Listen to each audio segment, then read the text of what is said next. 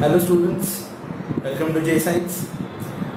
आज हम लोग बात करने वाले हैं Kepler's law of planetary motions के बारे में। राइट, बहुत सिंपल से लॉ है, 3 स्टेटमेंट है जो आपको समझने हैं। उसके पहले आपको ये जानने में बहुत मज़ा आएगा कि ये ऑब्जर्वेशनल लॉ है। मतलब यूजुअली फिजिक्स में क्या होता है कि आप जब भी कोई एक लॉ पढ़ते हो तो उसके पीछे उसका एक प्रूफ होता है जो मैक्सिमम टाइम आपको पढ़ना होता है।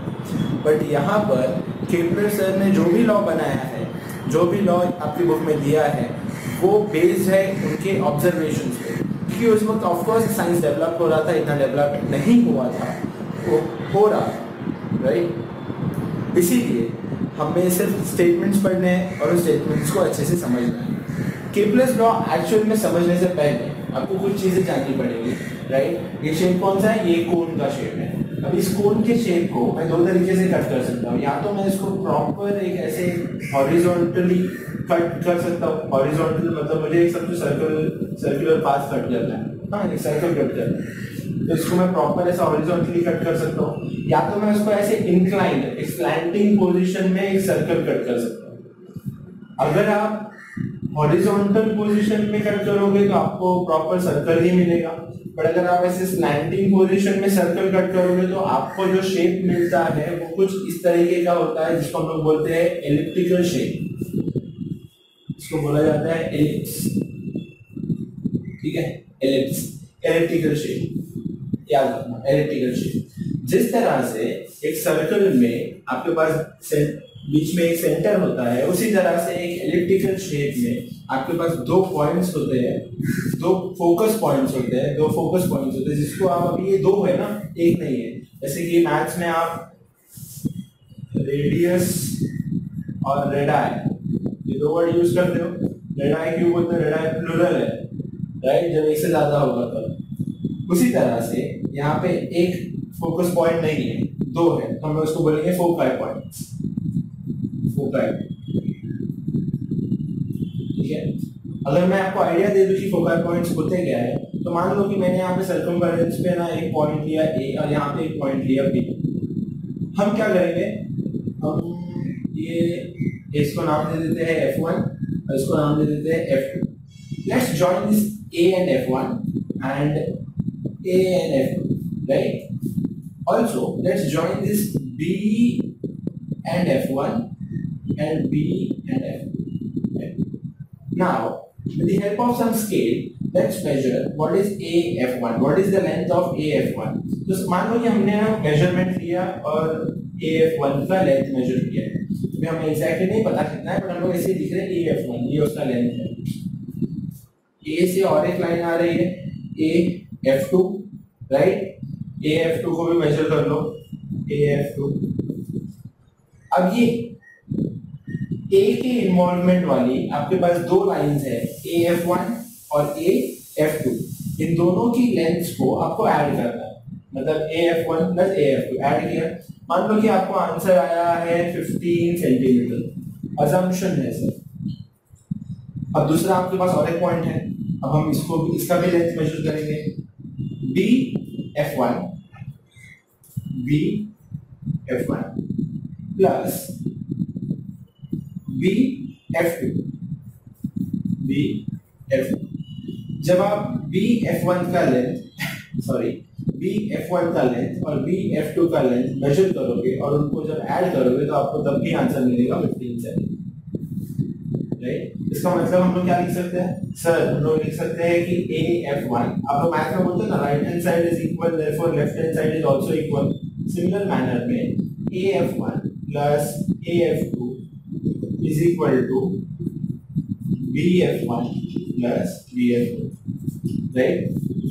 ऐसे हर पॉइंट के साथ नहीं होने वाला है, ऐसे एक स्पेसिफिक कुछ 2 पॉइंट्स के साथ होगा, उन्हें आप बोलोगे फोकाई। समझा कि फोकाई पॉइंट्स क्यों बोला? फोकाई पॉइंट्स का मतलब क्या है? फोकाई पॉइंट्स का मतलब है कि आप सर्कमफेरेंस पे जो भी पॉइंट लोगे, उनसे लिए गए डिस्टेंस को जब आप ऐड करोगे तो दोनों ही केसेस में आपके आंसर्स सेम आएंगे। तो इन पॉइंट्स को हम लोग बोलते हैं foci points. I hope foci points क्या होते हैं ये आपको क्लियर हुआ। Now let's move on to the actual statements of Kepler's law.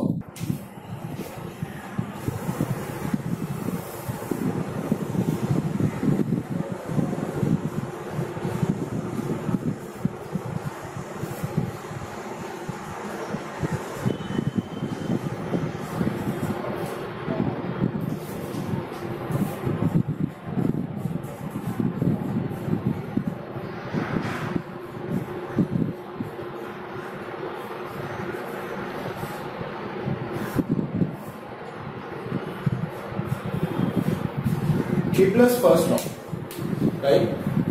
Okay, Kepler's first law क्या होता है? मैं आपको स्टेटमेंट बता दे रहा हूँ. Kepler's first law says that planets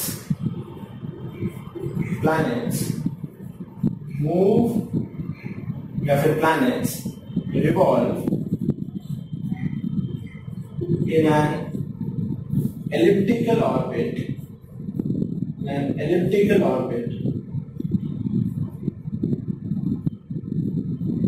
around the sun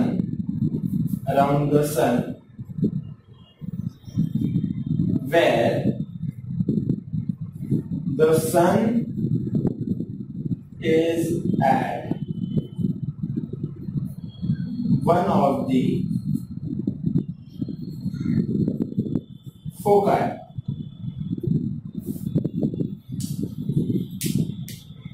मैं एग्जैक्ट स्टेटमेंट टेक्स्ट बुक से कॉपी करके लिखने में बिलीव नहीं करता.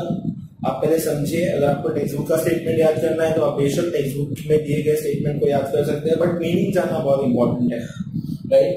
Planets revolve in an elliptical orbit around the sun where the sun is at one of the foci. इसका मतलब Kepler का फर्स्ट लॉ आपको ये बताता है कि जो भी प्लैनेट रिवॉल्व होते हैं सन के अराउंड, ये तो आपने अभी तक पढ़ा था कि planets revolve around the sun, right?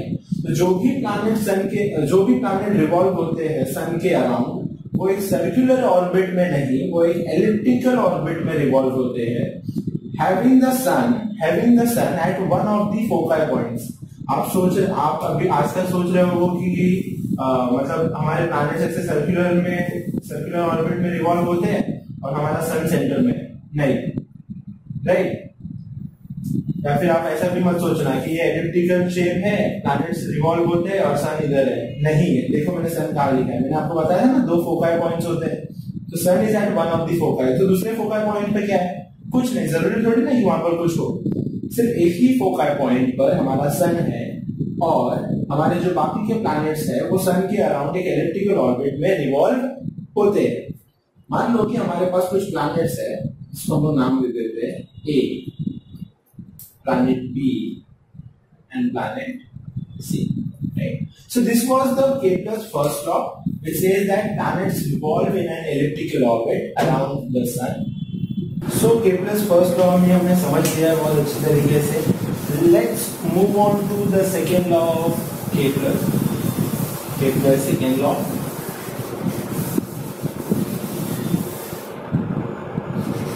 ऐसे में चेंजेस कर देता हूँ. Okay.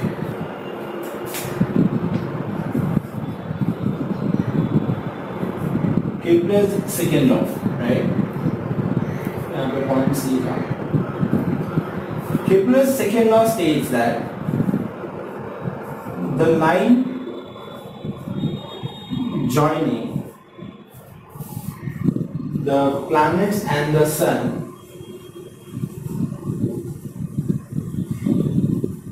sweeps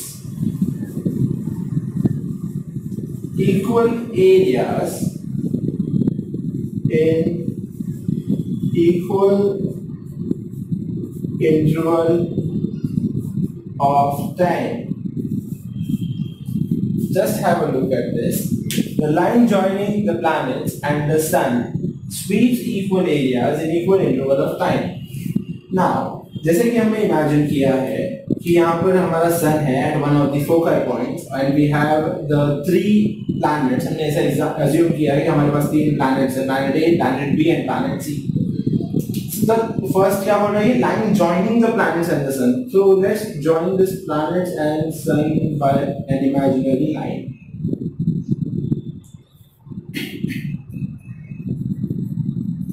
Okay.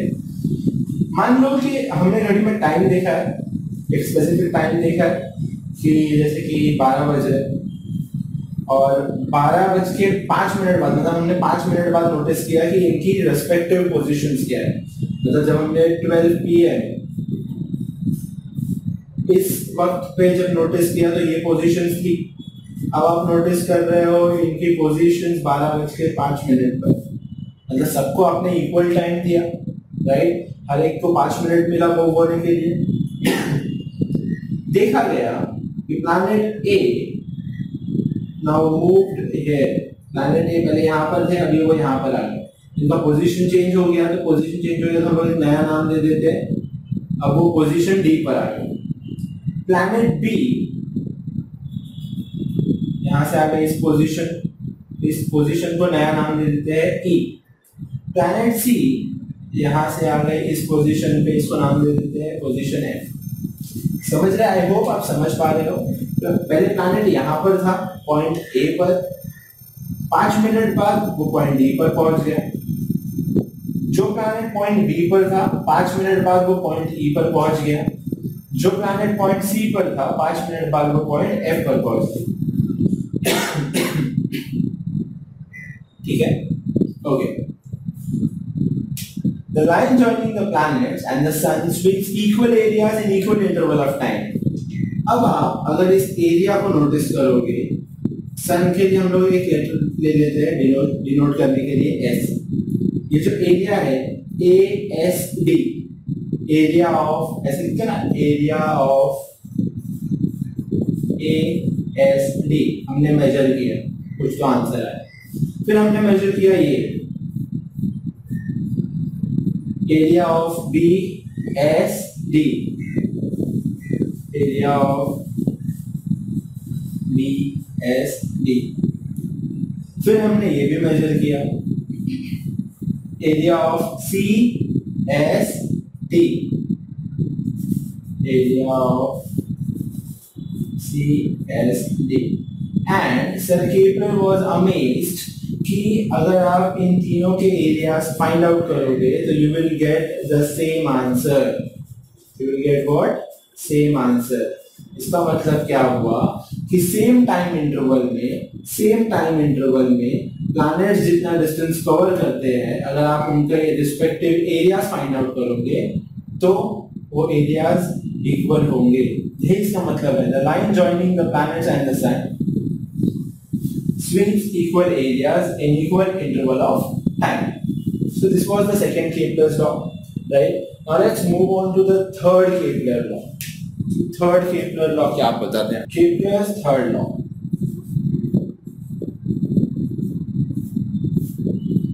Right? Simple mathematical terms में, अब हाँ एक चीज याद रखना, किसी भी चीज को, जो भी बॉडी सर्कुलर मोशन परफॉर्म कर रही है, जो भी बॉडी सर्कुलर मोशन परफॉर्म कर रही है, लेट्स अज्यूम कि एक पॉइंट है ए पर, इन्होंने सर्कुलर मोशन परफॉर्म करना स्टार्ट किया और ये यहाँ पर पहुंच गए। मतलब ये पूरा इन्होंने एक रिवॉल्यूशन किया। सो time taken for one revolution, ध्यान से देखना, time taken for one revolution, कितना भी टाइम हो सकता है। कोई भी चीज जो सर्कुलर मोशन परफॉर्म करती है किसी दूसरे चीज के अराउंड, वो एक रिवॉल्यूशन कंप्लीट करने के लिए जितना टाइम लेती है, उस टाइम को आप लोग बोलोगे पीरियड ऑफ रिवॉल्यूशन। क्या बोलोगे? Period of revolution, right? दो चीजें होती है हमारे पास, एक होता है रिवॉल्यूशन और एक होता है रोटेशन, राइट? रिवॉल्यूशन का मतलब है जैसे कि एक चीज फिक्स्ड है और उसके अराउंड दूसरी चीज घूम रही है, उसको हम लोग बोलते हैं रिवॉल्यूशन। रोटेशन का मतलब है कि ये जो चीज घूम रही है ये अब अपनी पोजीशन चेंज नहीं कर रही है, अपनी जगह पर ही खड़े रह के घूम रही है। तो अगर कोई चीज अपनी जगह पर ही खड़े रह के घूमेगी तो उसे हम लोग बोलेंगे रोटेशन, राइट? जैसे आपने टॉप, इंग्लिश में टॉप बोलते हैं ना, तो अगर कभी आपने घुमाया, खेला होगा बचपन में, तो अगर वो एक ही जगह पे स्पिन बोलते हैं, इसे हम लोग स्पिन बोलते हैं। अगर एक ही जगह पे रहकर वो स्पिन हो रहा है मतलब रोटेट हो रहा है, राइट? तो उसको आप रोटेशन बोलते हैं। पर अगर वो घूम रहा है, अपनी पोजीशन चेंज कर रहा है, तो उसका मतलब आप उसको बोलेंगे वो रिवॉल्व हो रहा है, राइट? तो जो हमारा अर्थ है वो सन के अराउंड ऑर्बिट में रिवॉल्व होता है, राइट? रिवॉल्व होने के साथ साथ हमारा अर्थ रोटेट भी होता है। मतलब हमारा अर्थ स्पिन भी हो रहा है और रिवॉल्व भी हो रहा है, दोनों काम कर रहा है। मतलब सर एक पूरी तरह से स्पिन होने के लिए मैंने एक रोटेशन कंप्लीट किया अभी आपके सामने, मैं अपनी जगह पर ही खड़े रहा और घुमा, राइट। तो एक रोटेशन करने के लिए अब मुझे जितने सेकंड लगे होंगे, 2 सेकंड लगा होगा, 3 सेकंड लगा होगा, इसको मैं बोलूंगा period of rotation. I hope आप समझ रहे हो। एक रोटेशन कंप्लीट करने के लिए जितना टाइम लगेगा उसको हम बोलेंगे पीरियड ऑफ रोटेशन। एक रिवॉल्यूशन करने के लिए जितना टाइम लगेगा उसे हम लोग कहेंगे पीरियड ऑफ रिवॉल्यूशन। ओके, अर्थ को सन के अराउंड रिवॉल्व होने के लिए कितना टाइम लगता है? 365 डेज, 365 डेज, राइट। 365 डेज और कुछ प्लस 6 आवर्स है, बट आप सिर्फ इतना याद रखो 365 डेज लगते हैं। मतलब अर्थ का पीरियड ऑफ रिवॉल्यूशन क्या हुआ? 365 डेज। अगर कोई आपसे पूछे कि अर्थ का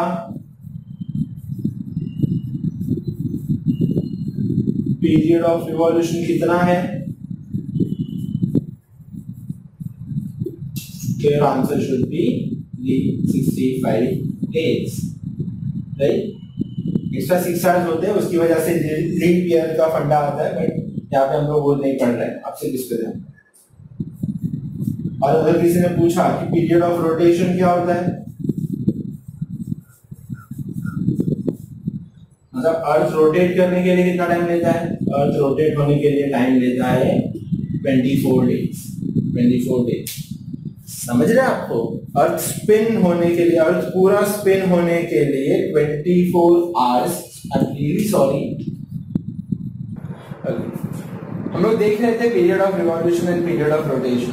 पीरियड ऑफ रिवॉल्यूशन मतलब कोई एक चीज कांस्टेंट है और उसके अराउंड अगर दूसरी चीज घूमती है तो मतलब ये रिवॉल्यूशन हो रहा है। एक रिवॉल्यूशन कंप्लीट करने के लिए जितना टाइम लगता है उसे हम लोग बोलते हैं पीरियड ऑफ रिवॉल्यूशन। हमारे अर्थ को सन के अराउंड रिवॉल्व होने के लिए एक पूरा सर्कल कंप्लीट करने के लिए 365 डेज लगता है, दैट इज 1 ईयर।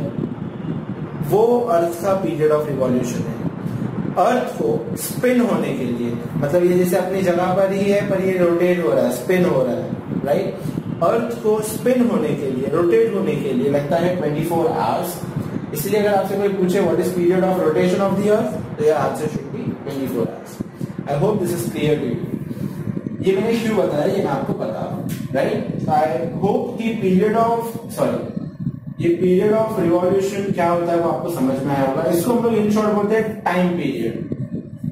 क्या बोलेंगे इसको? Time period.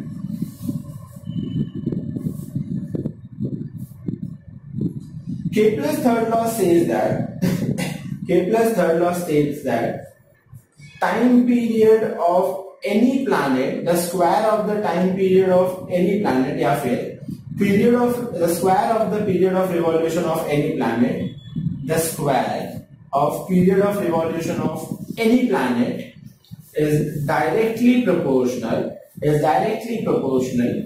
to the cube of mean distance of the planet from the sun. Time period of any planet is directly proportional to the cube of mean distance of a planet from the sun. ठीक है? I hope this is clear to you.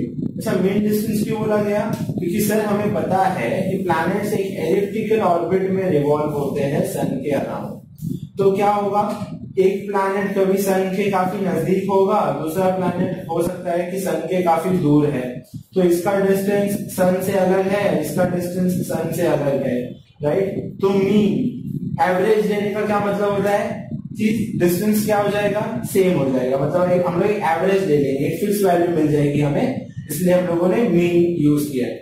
Time period मतलब यहाँ पे period of revolution के बारे में बात हो रही है। Period of revolution of any planet is directly proportional to the cube of mean distance of a planet from the sun. यहाँ पे आप एक चीज याद रखोगे कि जब कभी भी ये प्रोपोर्शनैलिटी का साइन आपको हटाना होगा, उसके बदले इक्वल टू लिखना होगा, तो इसके राइट साइड में हमेशा आप कांस्टेंट से मल्टीप्लाई करोगे।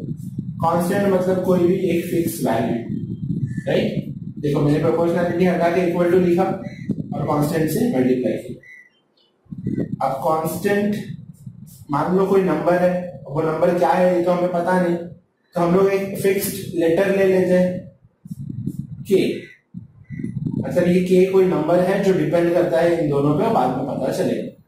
हम क्या लिख सकते हैं, T square is equal to K into R cube, ये भी लिख सकते हो आप। So I hope this third law is also clear to you. So आज हमने काफी कुछ पढ़ा है till the three laws of Kepler first law, second law and third law. Kepler's first law says that the planets revolve around the sun in an elliptical orbit, having the sun at one of the foci. Kepler's second law states that the line joining the planet and the sun sweeps equal areas in equal interval of time. Kepler's third law states that the time period of any planet or the period of revolution of any planet, the square of the period, मैं बार-बार period of revolution बोलता हूँ, square बोलना भूल जाता हूँ। The square of the period of revolution of any planet is directly proportional to the cube of the mean distance of a planet from the sun. Cube of the mean distance of a planet from the sun. इसका मतलब जितना ज्यादा ये distance बढ़ता जाएगा उतना ज्यादा उस प्लैनेट का टाइम पीरियड भी बढ़ता जाएगा। आप जब भी किसी चीज को डायरेक्टली प्रोपोर्शनल बोलते हो, उसका मतलब ये है कि जब भी आप एक क्वांटिटी को बढ़ाओगे तो दूसरी क्वांटिटी ऑटोमेटिकली बढ़ेगी। एक क्वांटिटी को जब आप कम करोगे तो दूसरी क्वांटिटी अपने आप कम होगी। इसको हम लोग बोलते हैं direct relation. Okay, so till then bye, have a good day. और हम लोग नेक्स्ट टाइम स्टार्ट करेंगे Newton's universal gravitational law, right. तब तक आप ये अच्छे से पढ़िए और रिवाइज करके आइएगा। Thank you, keep learning.